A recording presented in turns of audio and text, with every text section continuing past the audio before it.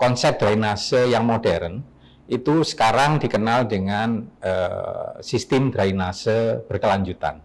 Air yang keluar dari kawasan itu bisa seminim mungkin debitnya.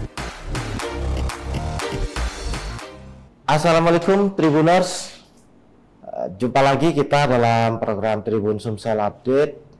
Kali ini kita akan membahas tema yang cukup menarik dan penting bagi warga Kota Palembang ya, dan sekitarnya ya.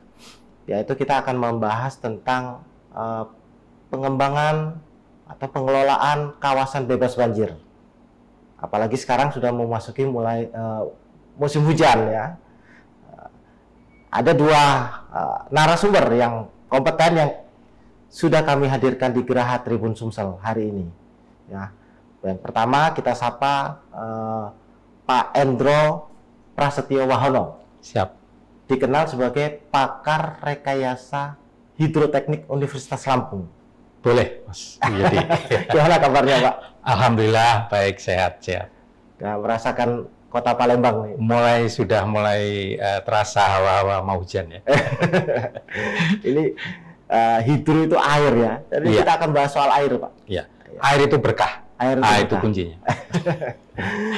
Yang kedua dengan Mbak Tia Fatma, ya, Project Arsitek Citra Grand City. Iya, benar. Nah, ini dua-duanya teknik ya. Iya. Ya. Project Arsitek dan pakar hidroteknik. Ya. Nah, sebelum kita membahas soal mengelola kawasan bebas banjir, Ya. ini ya Pak Endro, Mbak Tia, mungkin bisa dijelaskan sekilas mengenai kawasan yang akan kita bahas ini, yaitu Citra Grand City. Jadi Citra Grand City itu adalah suatu kawasan mixed use integrity development. Itu basisnya yang berisi properti, terus kemudian komersial juga. Nah, itu berlokasi di area Talang Kelapa, Kota Palembang, di Sumatera Selatan. Bisa dibilang area kami itu adalah area yang hijau di Kota Palembang yang memang sering dijadikan sebagai tempat olahraga oleh masyarakat sekitar Kota Palembang. Tempat yang hijau ini, Pak. Iya. Dan kita mau kenal juga ini Pak Endro, karena sebelum kita membahas soal banjir-banjir ini, Pak, Iya. bisa dijelaskan juga kepada penonton kita, Ya. rekayasa hidroteknik itu apa? Karena kita menyebutnya pakar rekayasa hidroteknik ini. Baik, Mas Yudi. Ya, mungkin sebagian masyarakat sudah tahu ya apa itu hidro. Hidro itu biasanya hubungannya dengan air ya. Nah, kalau teknik itu lebih ke rekayasa. Jadi hidroteknik itu lebih bagaimana kita bisa merekayasa sumber daya air untuk kemakmuran masyarakat. Itu sebetulnya poinnya gitu. Jadi tentu tidak hanya aspek positif, tapi juga ada potensi-potensi bahaya jika air itu tidak dikelola dengan baik. Itu. Jadi tadi disebutkan berkah, tapi juga ada bahaya. Betul. Jadi soal bahaya ini, Pak. Iya. Kita memasuki musim hujan ya. Iya. Setidaknya beberapa hari ini Iya. sempat hujan di Kota Palembang. Pak Iya. Endro merasakan Betul. apa ya? Cuaca yang agak sejuk-sejuk lah ya. Syahdu lah ya. Di Kota Palembang. Tetapi Pak, beberapa waktu belakangan itu Kota Palembang selalu muncul berita tentang banjir. Iya. Nah, kita akan membahas tentang pengembangan kawasan bebas banjir. Ya. Ya. Dari sudut pandang keilmuan Pak Endro sebagai pakar rekayasa hidroteknik, kawasan atau perumahan bebas banjir itu seperti apa konsepnya atau syarat-syaratnya seperti apa? Ya, jadi memang sebagaimana saya sampaikan tadi ya, karunia gitu ya.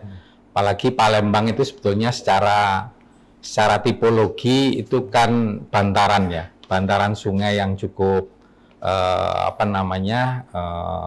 mempunyai nilai historis yang cukup tinggi ya, Sungai Musi gitu ya. Nah, tantangannya adalah bagaimana kita membentuk kawasan yang istilahnya saya sebagai pakar hidroteknik harus menyebutnya probability ya, untuk kita bisa relatif terhindar dari bahaya banjir ya. Nah, itu memang harus punya sistem drainasi yang bagus, itu kuncinya. Karena di daerah lowland itu tantangannya tentu lebih besar dibanding daerah-daerah yang lebih upland ya. Nah, di lowland itu berarti sistem drainasinya harus bagus.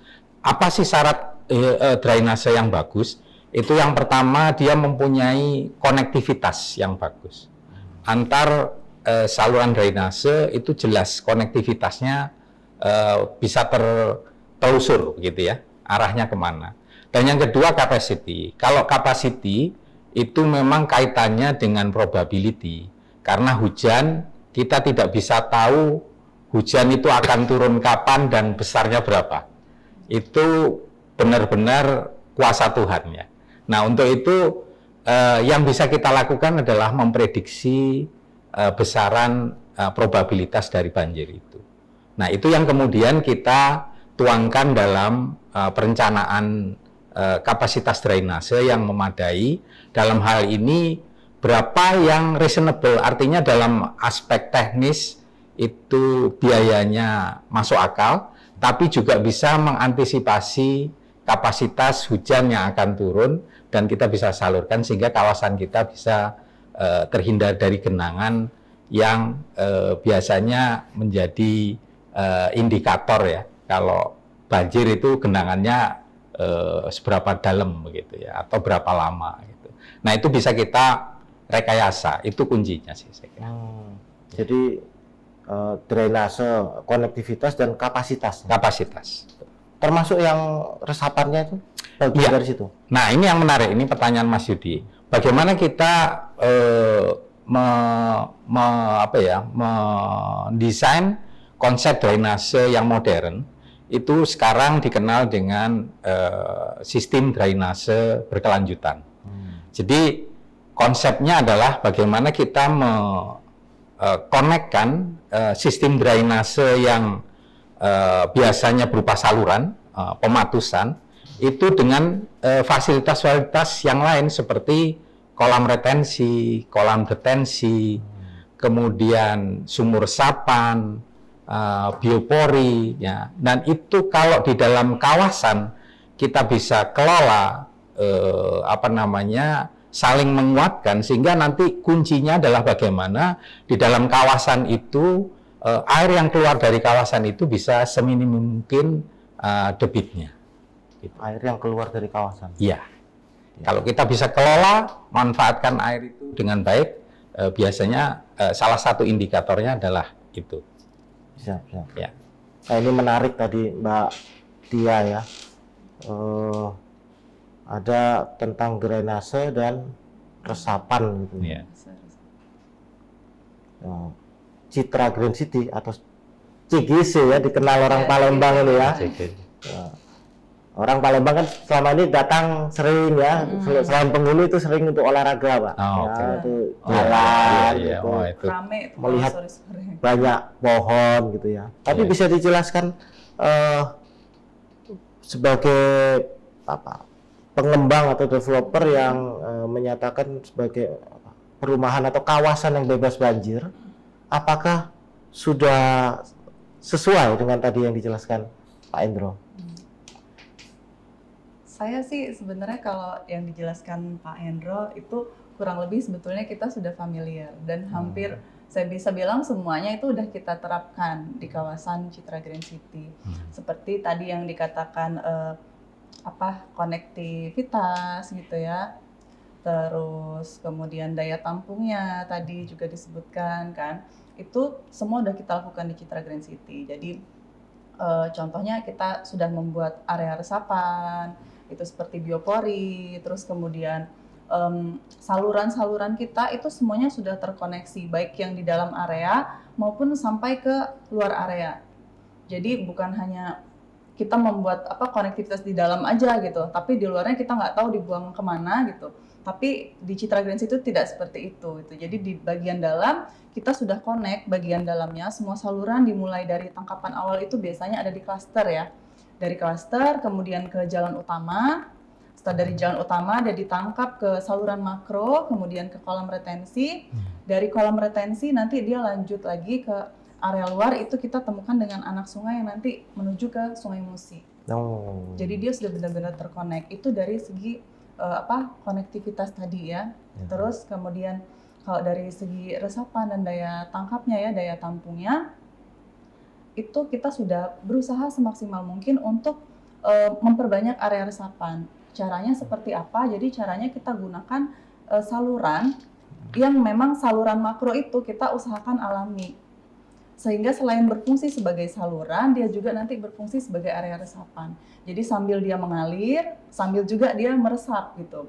Sehingga pada akhirnya nanti itu akan tercipta yang dibilang sama Pak Endro tadi gitu. Itu kalau populernya tuh orang bilangnya adalah zero runoff. Zero runoff. Jadi walaupun sih sebenarnya kalau untuk zero banget sih itu agak sulit ya. Tapi kita berusaha untuk mendekati itu gitu loh. Mendekati zero. Jadi sambil nanti airnya berjalan, dia akan meresap di saluran-saluran tersebut sehingga sekalipun kita connect ke Sungai Musi, ke anak sungai tadi, kita nggak membebani gitu loh. Ya. Sungai Musinya. Tadi disebutkan ada soal retensi ya. Iya. Salah satu tempat yang banyak orang Palembang ini belakangan melihat ke sana itu kolam di dekat restoran Pinewood ya. Itu sudah populer ya sekarang. Populer itu ya. Di situ sudah mulai viral kalau viral ya, sering untuk foto-foto ya. Kalau kita olahraga situ orang foto-foto menikmati keindahannya. Tetapi seberapa banyak kolam seperti itu di seluruh areal CGC? Nah, yang terekspos itu mungkin satu ya, karena yang viral kan hanya satu sekarang, baru satu. Tapi sebetulnya sampai dengan saat ini itu kita sudah punya 4 kolam retensi. Nah, yang viral itu sebenarnya adalah yang ukurannya paling kecil. Itu yang paling kecil. Itu yang paling kecil. Itu sebenarnya yang paling kecil. Jadi kita sudah ada 4 kolam retensi. Satu memang yang sudah siap untuk difungsikan. Nah, satu lagi kita masih dalam proses pengelolaan area sekitarnya untuk bisa difungsikan juga untuk berkegiatan nantinya gitu. Yang 2 lagi itu sudah terbentuk tapi memang kalau untuk orang berkegiatan di sekitarnya sih kemungkinan sih belum bisa gitu. Tapi next akan kita kelola juga gitu untuk bisa next didatangi. Akan jadi tempat selfie juga ya orang-orang. Bisa. Ya, Pak Endro tadi sekilas kita menanyakan lagi tentang kolam retensi ya, karena tadi dimention juga soal itu resapan. Iya. Tadi Pak Endro menjelaskan ya tentang pentingnya drainase, resapan, dan juga terkait dengan curah hujan yang tinggi. Tetapi banjir itu kan bukan hanya curah hujan ya. Betul. Ada juga dari aliran sungai. Iya. Bagaimana kawasan itu mengantisipasi kalau untuk aliran sungai? Ya, resiko itu ada gitu. Jadi kita tidak perlu tergopoh-gopoh gitu kalau terjadi banjir, tapi sebetulnya itu harus bisa diantisipasi. Gitu ya. Diantisipasinya dengan bangunan teknik, salah satunya drainase. Yang kedua adalah pemahaman masyarakat bahwa kalau genangan sekian lama, kemudian sekian tingginya, kalau curah hujannya sangat tinggi, itu harusnya bisa kita terima sebagai resiko alam yang memang wajar gitu. Nah itu yang kadang-kadang masih ambigu ya di masyarakat gitu. Itu seberapa penting ya Pak Endro? Level kontur ini kawasan ini dengan misalnya air laut atau mungkin air sungai juga. Kalau di Palembang mungkin rata-rata berapa meter di atas permukaan air laut ya. Seberapa penting itu bagi perumahan? Ya, untuk daerah lowland seperti Palembang, elevasi sekitar tadi ada yang sampai 14 ya, itu istilahnya apa ya? Kalau istilah sekarang apa zone gitu ya, istilahnya gift yang pas perlu sangat disyukuri gitu ya. Karena memang untuk mendapatkan kontur yang cukup ya, artinya secara gravitasi air itu kan filosofinya mengalir ke bawah gitu ya. Nah, itu tentu memberikan apa namanya keyakinan bahwa daerah itu akan apa namanya lebih aman dibanding yang di bawah gitu ya. Nah, kalau di pemerintahan misalnya government untuk menerbitkan izin bangunan itu biasanya ada pil banjir namanya. Nah, itu salah satunya memang indikasinya adalah itu. Di level berapa bangunan itu boleh dibangun. Ya, terus drainasenya di level berapa. Jadi kalau tadi sekilas dijelaskan Mbak Tia antara elevasi di 4, tinggi 4 dan 14 ya cukup aman lah ya begitu. Artinya ini juga upaya untuk melokalisasi, misalkan kalau ada terjadi genangan, misalkan kalau hujan yang sangat tinggi, itu yang tergenang juga hanya yang dekat drainase, misalkan jalan kan. Dan bangunannya itu akan tetap jauh di atas elevasi muka air, dan itu saya kira itulah konsep yang diinginkan pil banjir dan juga konsep hunian yang apa berwawasan lingkungan itu seperti itu. Tadi sempat sampaikan juga di CGC itu ada drainase ya, sekaligus sebagai resapan. Itu sudah umum Pak itu berlaku? Ya, itu termasuk yang menjadi apa yang dikampanyekan ya, terus dikampanyekan secara nasional, apa yang disebut sebagai eco-drain. Ya, eco-drain itu artinya drainase yang berwawasan lingkungan. Salah satunya memang bisa memberikan resapan ya, area resapan di drainase itu di bawahnya. Bahkan di beberapa penelitian itu kita di bawahnya itu ditambah area tambahan begitu ya. Artinya upaya untuk resapan itu bisa lebih luas gitu, area yang bisa digunakan untuk resapan. Tapi tentu itu juga kita harus perhatikan muka air tanah di daerah itu. Makanya saya sebut tadi bahwa kalau di daerah lowland masih punya head atau elevasi yang cukup tinggi, itu karunia gitu ya. Karunia. Iya, karunia. Iya, menarik. Ya, tadi Mbak Tia ya, ada juga penjelasan dari Pak Endro tentang bahwa genangan itu bukan cuma dari curah hujan yang tinggi, tetapi juga ada potensi dari air sungai. Bisa dijelaskan antisipasi atau mungkin lokasi CGC ini dari sungai? Jadi untuk lokasi Citra Grand City itu sendiri, dia sebetulnya nggak terlalu dekat dengan Sungai Musi.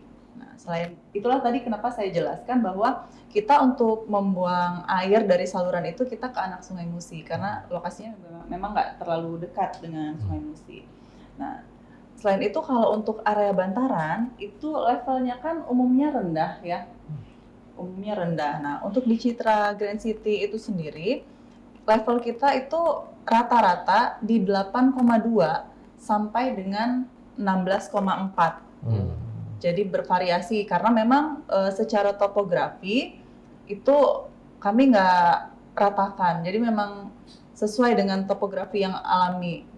Jadi di 8,2 sampai dengan 16,4. Iya. Artinya kalau suatu ketika terjadi hujan yang cukup panjang durasinya, curah hujannya juga tinggi, mungkin bisa terjadi ya genangan itu. Kan sempat juga muncul itu berita genangan gitu ya di Citra Grand City itu setelah berapa tahun nggak pernah terjadi itu. Nah, itu seperti apa?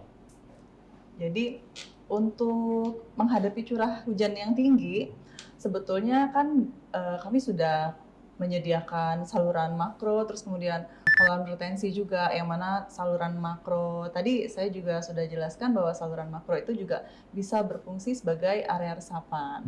Nah, untuk kejadian genangan yang kemarin itu sebetulnya sih bukan dari sistem drainasenya, tapi sistemnya sudah baik, tapi memang pada saat itu ada dari pekerja di kawasan yang membangun rumah gitu. Nah, itu meletakkan material itu nggak pada tempatnya.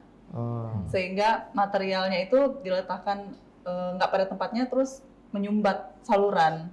Oh, jadi faktor itu ya. Iya. Ini menarik Pak melihat sistem drainase di dalam CGC ya, maupun retensinya.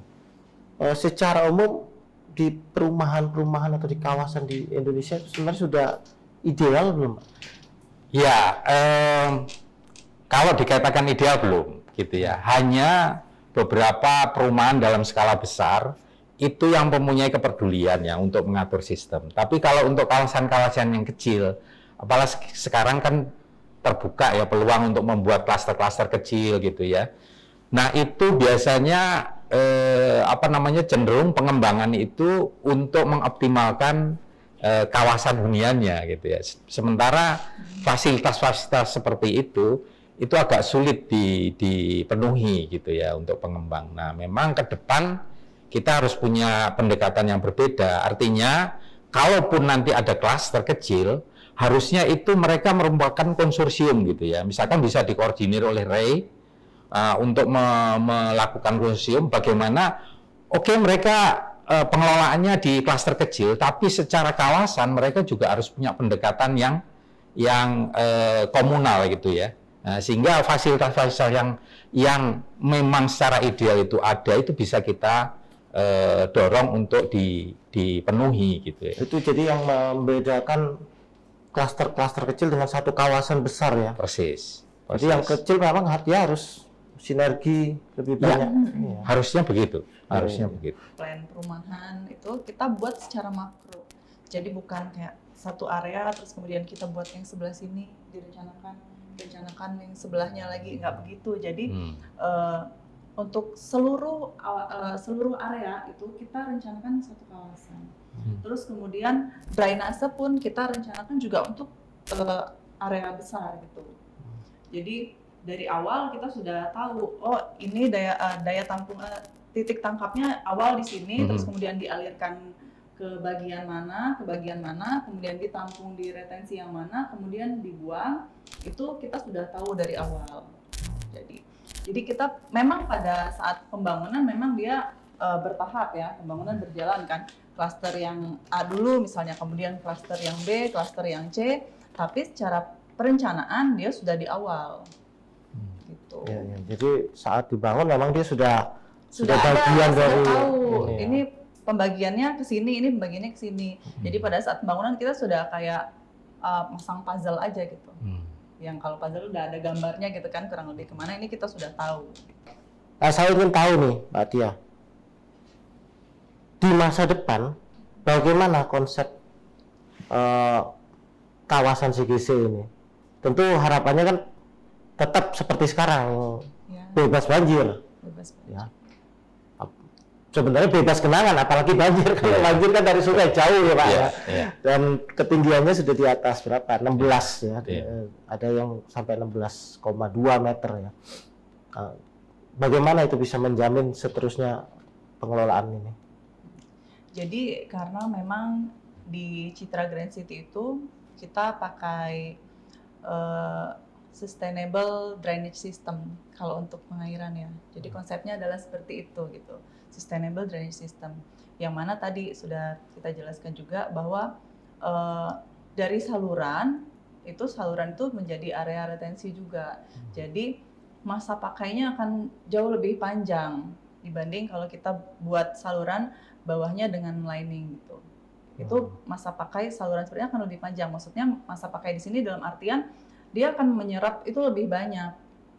Sehingga sampai bertahun-tahun ke depan itu akan bisa berfungsi dengan baik gitu, selain sebagai saluran juga sebagai resapan. Nah, untuk konsep kawasan sendiri, karena memang kita pakai konsep hijau, eco development lah gitu kan. Jadi di masa yang datang ya kita sudah menciptakan mempelajari beberapa terobosan-terobosan baru seperti bagaimana kita nantinya akan menanam pohon gitu. Konsep-konsep seperti itu udah kita kaji sekarang dan sudah mulai kita terapkan gitu. Karena kan dengan penanaman pohon, terus kemudian menjaga area resapan, menjaga drainase, itu akan membuat area kita itu bisa bertahan lama gitu. Bertahan lama dalam kondisi yang baik gitu. Jadi tadi sebutkan sekarang sekitar 3.000-an ya. Unit yang ditempati ya, unit yang ditempati. Nanti sampai mungkin di atas 10.000 sistem pengelolaan mengantisipasi banjir ini tetap akan jalan gitu lah. Ya. Karena kita jaga lingkungannya gitu loh. Jaga lingkungannya tetap hijau, terus kemudian ekosistemnya kita jaga, terus dengan adanya penambahan unit rumah, kita juga usahakan untuk penambahan jumlah titik pohonnya juga gitu. Kita akan coba terapkan, mungkin akan jadi agenda kami di Citra Grand City di kedepannya mungkin untuk lebih mengedukasi bahwa apa yang ada di Citra Grand City mungkin kita bisa lebih expose ke depan gitu. Mungkin ya selain biopori tadi kita beri nama, terus kasih judul gitu Pak ya, terus kemudian fungsinya apa, mungkin ke depan juga karena kami masih dalam proses pengembangan kan, mungkin bukan hanya itu aja, mungkin nanti ke depan di setiap titik pohon itu akan kita kasih nama juga gitu, yang akan bisa mengedukasi masyarakat di Kota Palembang. Bagus. Jadi warga kalau selfie, foto-foto di Pinewood itu sambil tahunya cemara itu. Iya, kan kalau cemara kan banyak jenisnya. Akan ada ini cemara apa, ini pohon apa, nanti ya itu tadi selain green development, kita juga bisa jadi tempat edukasi lah untuk masyarakat Kota Palembang. Tempat healing juga ya. Iya. Tempat healing ya. Iya. Baik. Oke, Tribuners, menarik sekali pembahasan kita. Mudah-mudahan kita bisa terus membahas, mengantisipasi, dan memberi contoh tentang pengelolaan kawasan yang bebas banjir untuk Kota Palembang. Salam Tribun.